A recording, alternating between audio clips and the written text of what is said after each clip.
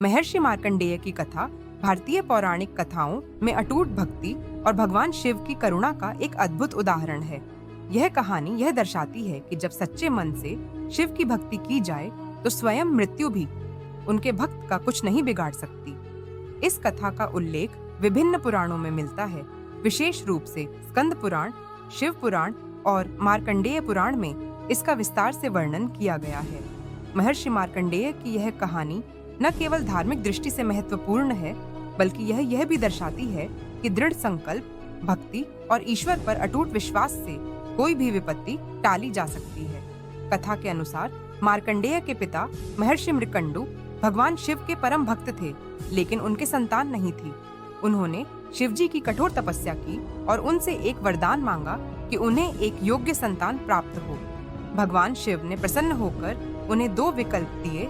पहला, एक अल्पायु लेकिन अत्यंत प्रतिभाशाली और भक्त पुत्र, और दूसरा, एक दीर्घायु लेकिन साधारण गुणों वाला पुत्र। महर्षि मृकंडु ने पहले विकल्प को चुना और इस प्रकार उन्हें मार्कंडेय जैसा अद्भुत पुत्र प्राप्त हुआ।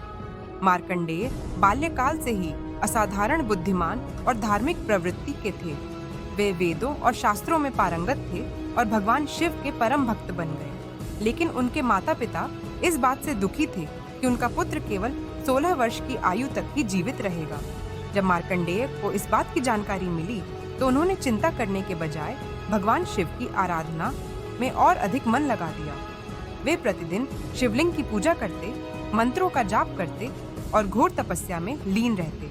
समय बीतता गया और धीरे धीरे वह दिन भी आ गया जब उनकी मृत्यु निश्चित थी। नियत समय पर जब यमराज स्वयं उन्हें लेने आए, तब मार्कंडेय किसी भी प्रकार से भयभीत नहीं हुए।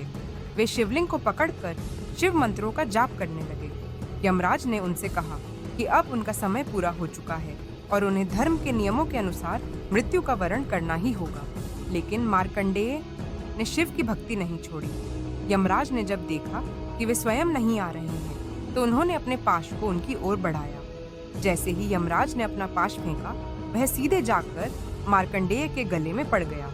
लेकिन चूंकि वे उस समय भगवान शिव की आराधना कर रहे थे और शिवलिंग को गले से लगाए हुए थे, इसलिए वह पाश शिवलिंग के चारों ओर भी लिपट गया। यह देख भगवान शिव अत्यंत क्रोधित हो गए और अचानक शिवलिंग से प्रकट हुए। उन्होंने यमराज को चेतावनी दी कि उनके भक्त को छूने का साहस भी कैसे किया। भगवान शिव ने अपने त्रिशूल से यमराज पर आक्रमण कर दिया और उन्हें उसी क्षण पराजित कर दिया। यमराज को परास्त देखकर समस्त देवता भयभीत हो गए और भगवान विष्णु तथा ब्रह्मा जी स्वयं भगवान शिव के पास पहुंचे।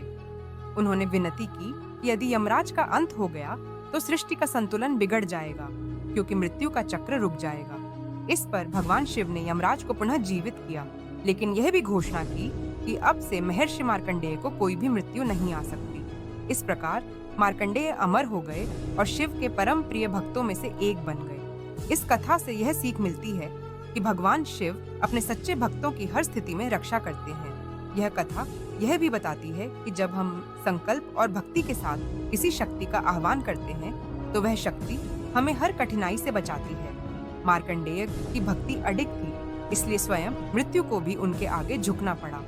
इस कथा का एक गहरा आध्यात्मिक संदेश यह भी है कि मृत्यु का भय केवल तब तक होता है जब तक हम शरीर को ही सब कुछ मानते हैं, लेकिन जब हमें आत्मा का ज्ञान हो जाता है और जब हम ईश्वर से जुड़ जाते हैं, तो मृत्यु का कोई भय नहीं रह जाता। आज भी महर्षि मार्कंडेय की भक्ति और भगवान शिव के इस अद्भुत प्रसंग को याद किया जाता है। हिंदू धर्म में महामृत्युंजय मंत्र को अमृता और आरोग्यता प्रदान करने वाला मंत्र माना जाता है और इसे महर्षि मार्कंडेय की भक्ति का ही फल माना जाता है।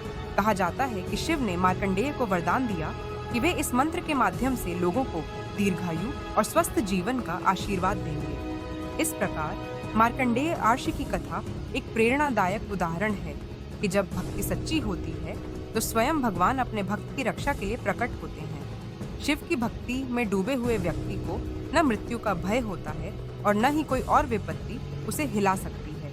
यह कथा हमें यह भी सिखाती है कि कठिन से कठिन परिस्थितियों में भी धैर्य, श्रद्धा और विश्वास बनाए रखना चाहिए, क्योंकि जब भगवान का सहारा होता है तो कोई भी शक्ति हमें पराजित नहीं कर सकती।